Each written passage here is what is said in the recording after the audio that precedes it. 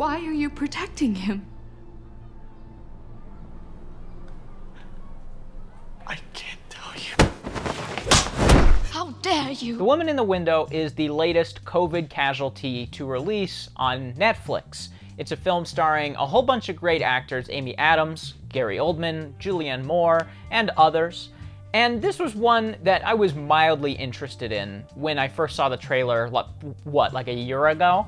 It was mainly interesting because it just looked like Rear Window. And, you know, I'm okay with that. I'm okay with different interpretations from classic things like Rear Window, because this isn't the first time this has happened. There's movies like Disturbia, which springs to mind, that apparently was sued by the copyright holder of Rear Window, and then a judge ruled that they didn't copy Rear Window. So the floodgates are open for adaptations or reimaginings of movies like this, and that's what The Woman in the Window looked like. And then I found out it's based on a book. So I said, okay, and I went and researched this book. Turns out the writer of the book was also in some scandal. The writer behind one of last year's top thrillers.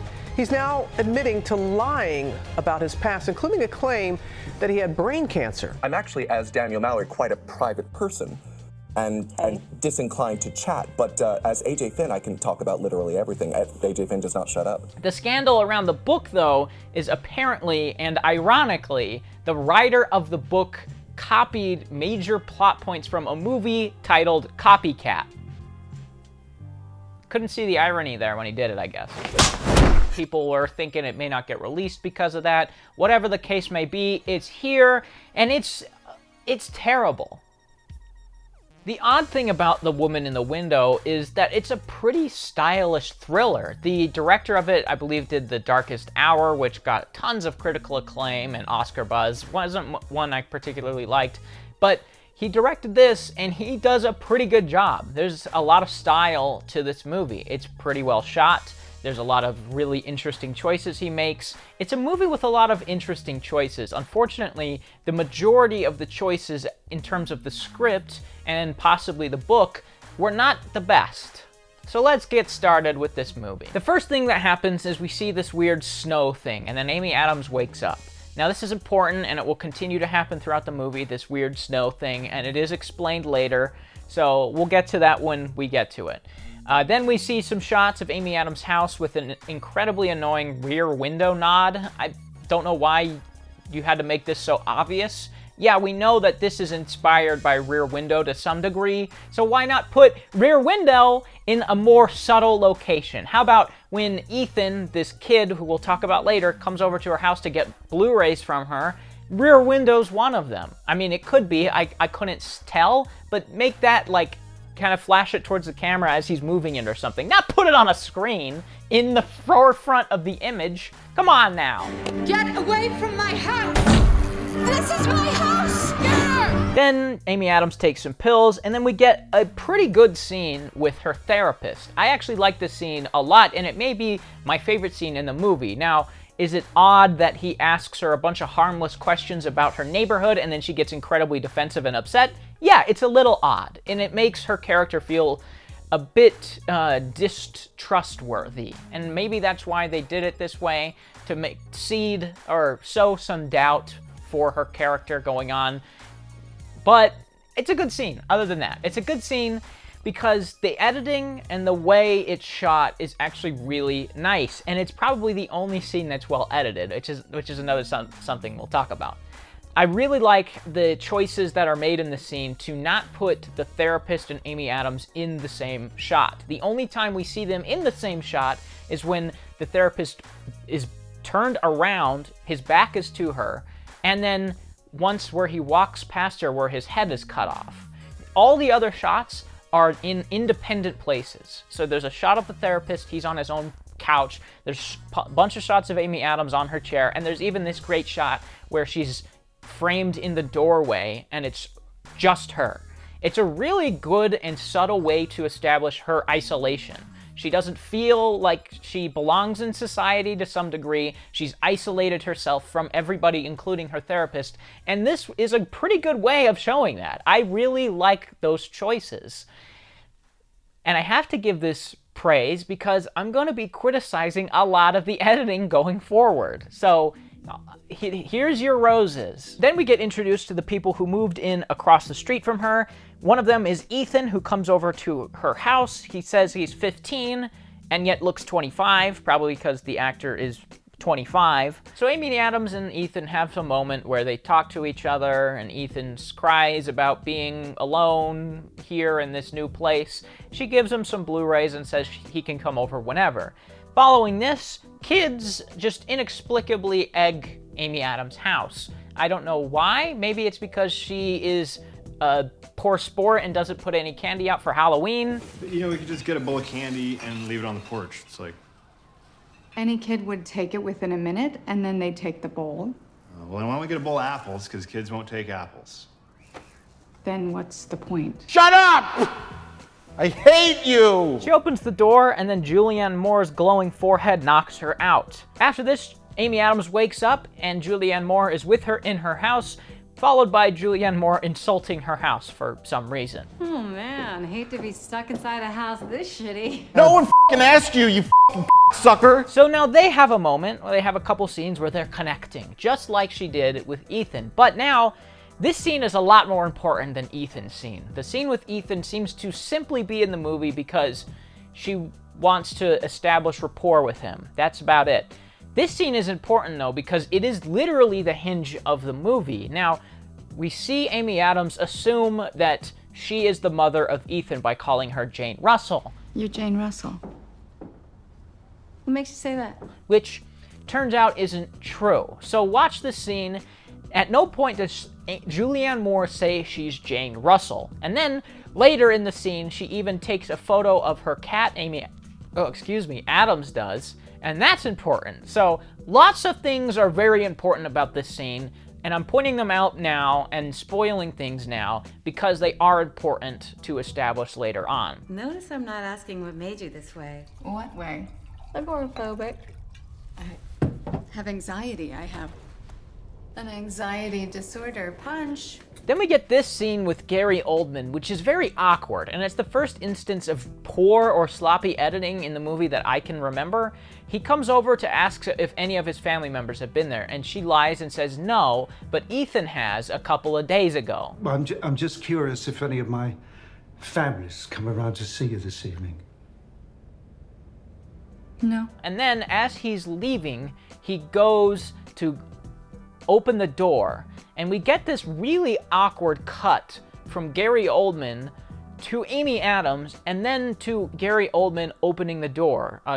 Cut to a close-up of a doorknob opening. Good. But because we cut to Amy Adams here, it just looks like she's opening the door, and it's kind of confusing for the eyes.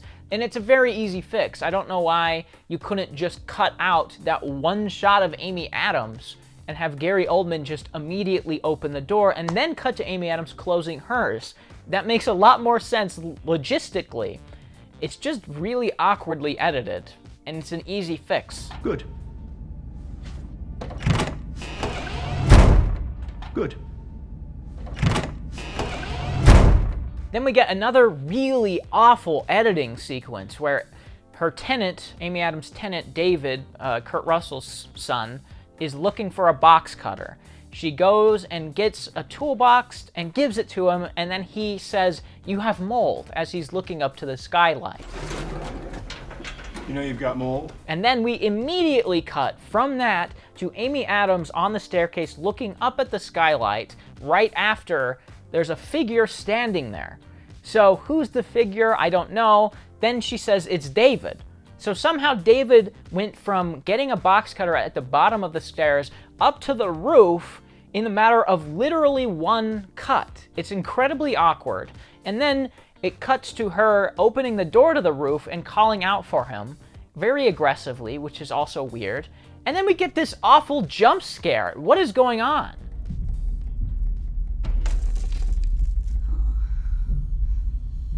David, come back inside. David?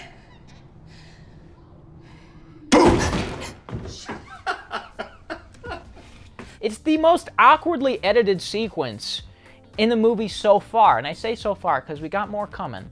I just don't understand what's going on. It seems like the movie shifted tone to be a jump scare horror movie. Like, whoa, oh, there's a jump scare. But there's no tension because we know who's on the roof. And it's very sloppily done because it feels like characters just moved around out of thin air. It's the most weird sequence. It makes no sense to me. So after this, Amy Adams hears a scream. She asks David if he heard it. We see some movement down there with him, and he says no. Then the 25-year-old, 15-year-old comes over and cries again. After this, we get another voiceover phone call between Amy Adams and her husband. This is number 3. I haven't mentioned the other one. After this, she practices French for no reason, which literally never comes up again. Why even have this scene of her practicing French? What is going on? Then she has to watch Julianne Moore get killed and take forever to make a 911 call, which she does. But then she decides that she wants to try and go save her after trying to call 911 a bunch of times and scrambling for her phone. So she goes outside with an umbrella, and instead of pointing it towards the sky, she, for no reason, holds it on the right side of her head towards the road. And then a car apparently comes and hits her. And I say apparently because we don't see this. We hear a car horn, we see a white light, and then it hard cuts to a nozzle being turned off in her house by a detective.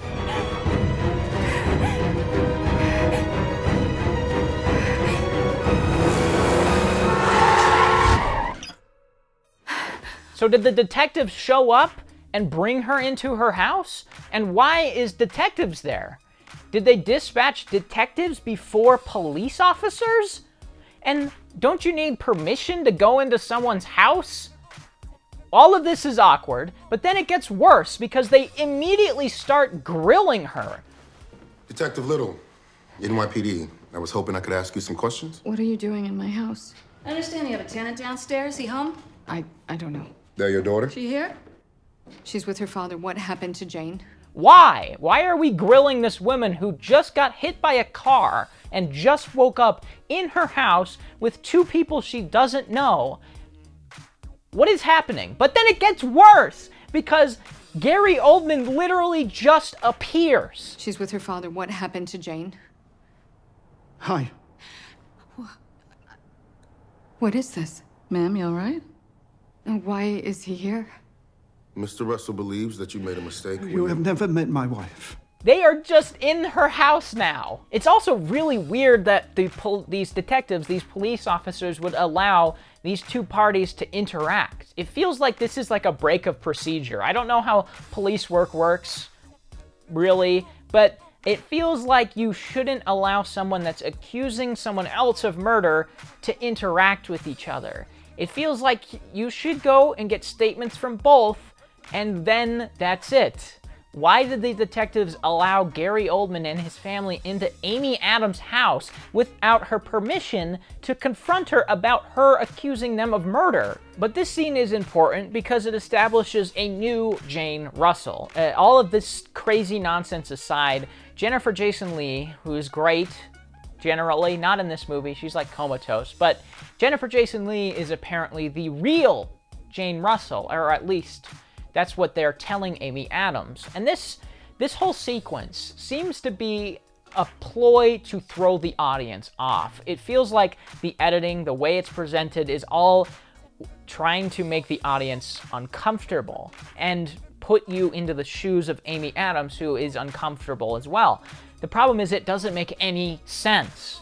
You could easily recut this scene in a way that achieves the same thing, but actually works and makes sense.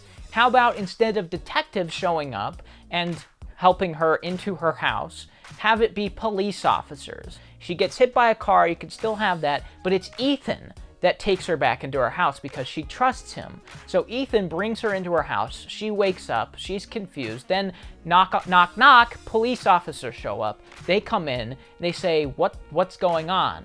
And then Amy Adams can tell her what she saw, and Ethan can disprove it with a photo on his phone of Jennifer Jason Leigh.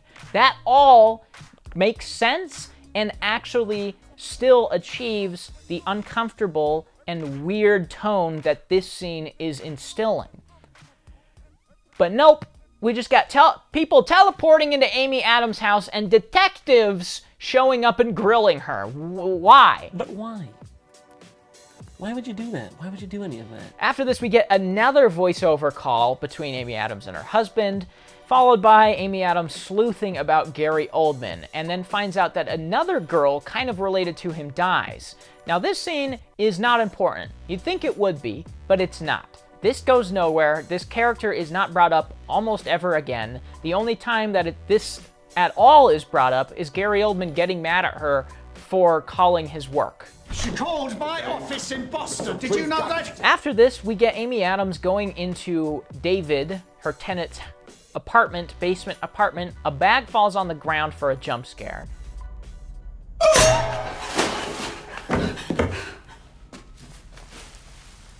And then Kurt Russell's son shows up, David, and gets mad at her for being in his house and saying it's a breach of privacy even though she is the landlord.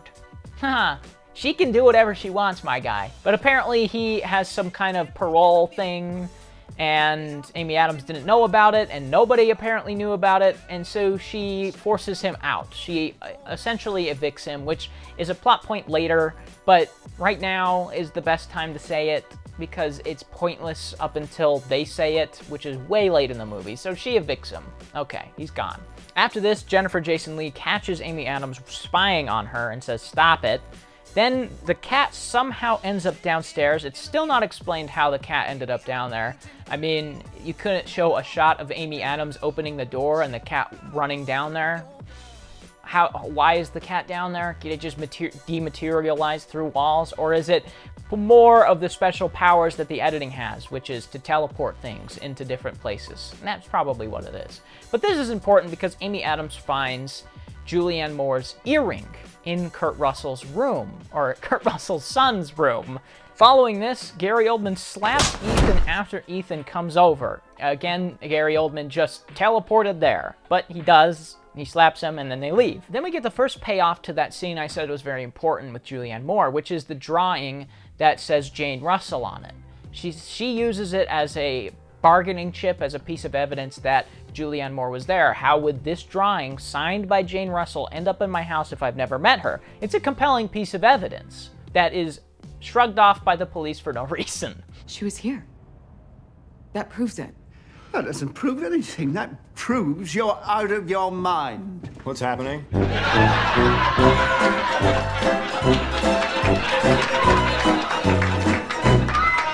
Following this, we get an email from some untitled person, and it's a weird, creepy stalker picture of her sleeping in her house, which again, she tells the police about, and they shrug off for no reason. The police are terrible in this. Just terrible. They don't do their jobs. They don't respect Amy Adams. And to be fair, the movie tries to sow doubt in that character so you don't believe her.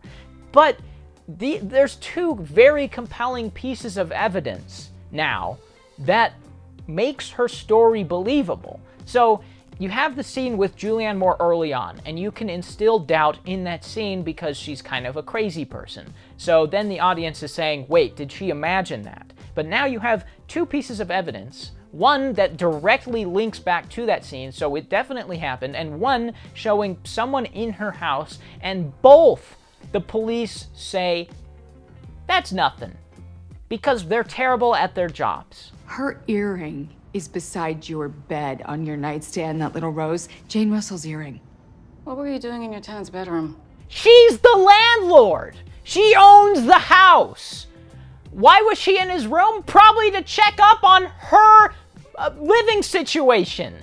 Are you a detective or not? But then Amy Adams does the worst possible thing for herself, which is starting to point the finger at literally everyone, making her look like a crazy person. He borrowed a knife from me, and he's been in prison.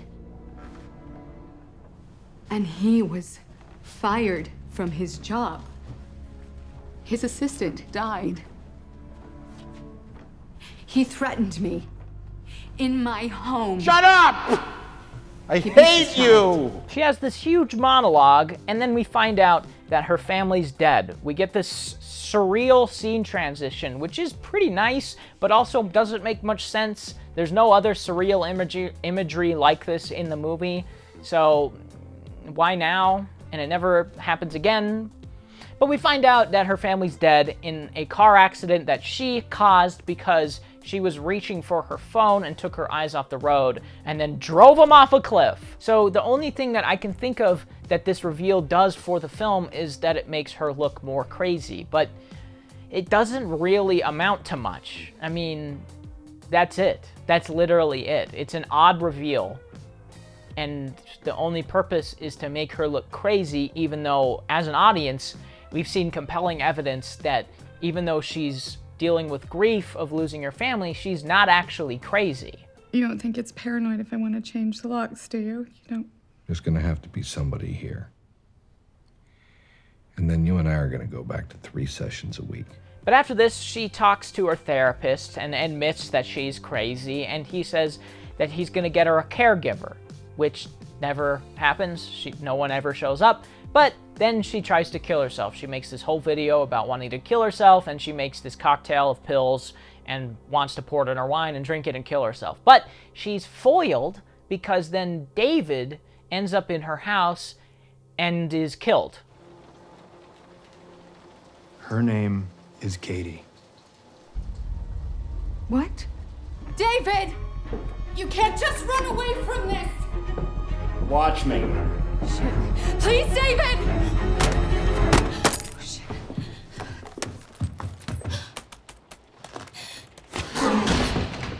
But before David gets killed, he does say something important, which is that Julianne Moore isn't Jane Russell. In fact, her name is Katie, and she's the biological mother of Ethan, and she's being paid to stay away from them. So why was she there? I don't know. Why, if they're paying her to stay away from her, would they allow her into their house? I don't know. Why did Ethan kill her mom? Maybe they explained it, but I don't remember. I certainly don't know. And now why is Ethan wanting to kill Amy Adams and David? I don't know. I really don't. He says that he wants to make it look like she killed David and then committed suicide, but what point would that have? Like, why? I don't know. This scene's rough, though. Ethan is terrible. Like, this guy, I don't know this actor's name. He's real bad. Just watch this. Take a deep breath. That's what they're always telling me to do. Self-management coping skills. What the f? Who the f asked you? Good. We can breathe together.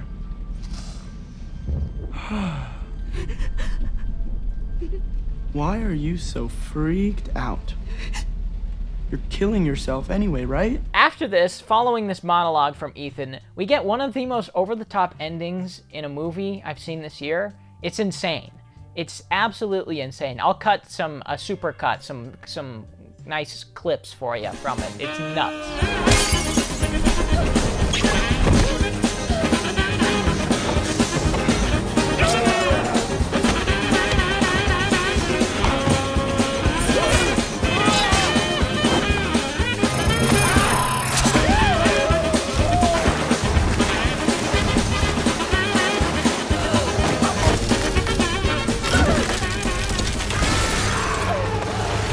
So Ethan's dead. He gets pushed through the skylight by Amy Adams in an incredibly awkwardly edited sequence that I don't really know how she was able to push him down and escape falling through as well. There's also standing water on the roof. You'd have to be raining for a real long time for that to happen, and there are drains, so I don't know how that happens. But Ethan's dead, and we get our conclusion, which is actually half decent. I will admit, the arc of Amy Adams is kind of nice. She winds up in the hospital. The detective apologizes for being one of the worst police officers of all time. Then she goes home and she leaves her house permanently. She sells it and she abandons the house and leaves that behind. It's a really nice way to show that she is literally leaving her past behind. She has got over it, she's done dealing with her grief, and she is moving on. That's great. That's probably the best part of the movie. The problem is the rest of the movie is so clumsy, awkward, and nonsensical that this nice ending is just not enough. You have to have more. You have to have me actually relate to her character in some other way other than, I think she's crazy, but maybe not. There needs to be something more. There needs to be elevation to these characters, and there simply isn't. Especially all the other characters. Gary Oldman, that Ethan kid, Julianne Moore, Jennifer Jason Leigh. None of them are interesting characters. They're not fleshed out at all. They do nothing. Amy Adams even, her character is very inconsistently written. And the only time that there is an arc or anything happening with characters is that ending, when she decides to leave her past behind. It's a terrible movie, and it's unfortunately terrible because there is things that work in it. It's a stylish movie. It's a good-looking movie. It seems like this director put time into the visuals, which is something that not many movies can say. It's a really good-looking movie, and the performances are generally really nice, too. The biggest issue with it is the script and the way it's edited. A lot of this movie is incredibly awkward and clumsy, which is why I can't really recommend it to anybody. It's not so bad it's good, but it's not so bad that it's interesting either. It's just kind of sloppy. It's sloppy and kind of nonsensical. So, if you're interested in this movie, if you've read the book or you know about the scandal behind it, maybe there's something here for you. Or if you're just having a lazy night and you want to watch a thriller movie that you can yell at, this may be it. Because I did have a couple of good moments where I was just yelling at the screen because I didn't know what was going on, and that was mildly enjoyable. But other than that, it's really bad. So, it's up to your discretion if you want to watch this or not.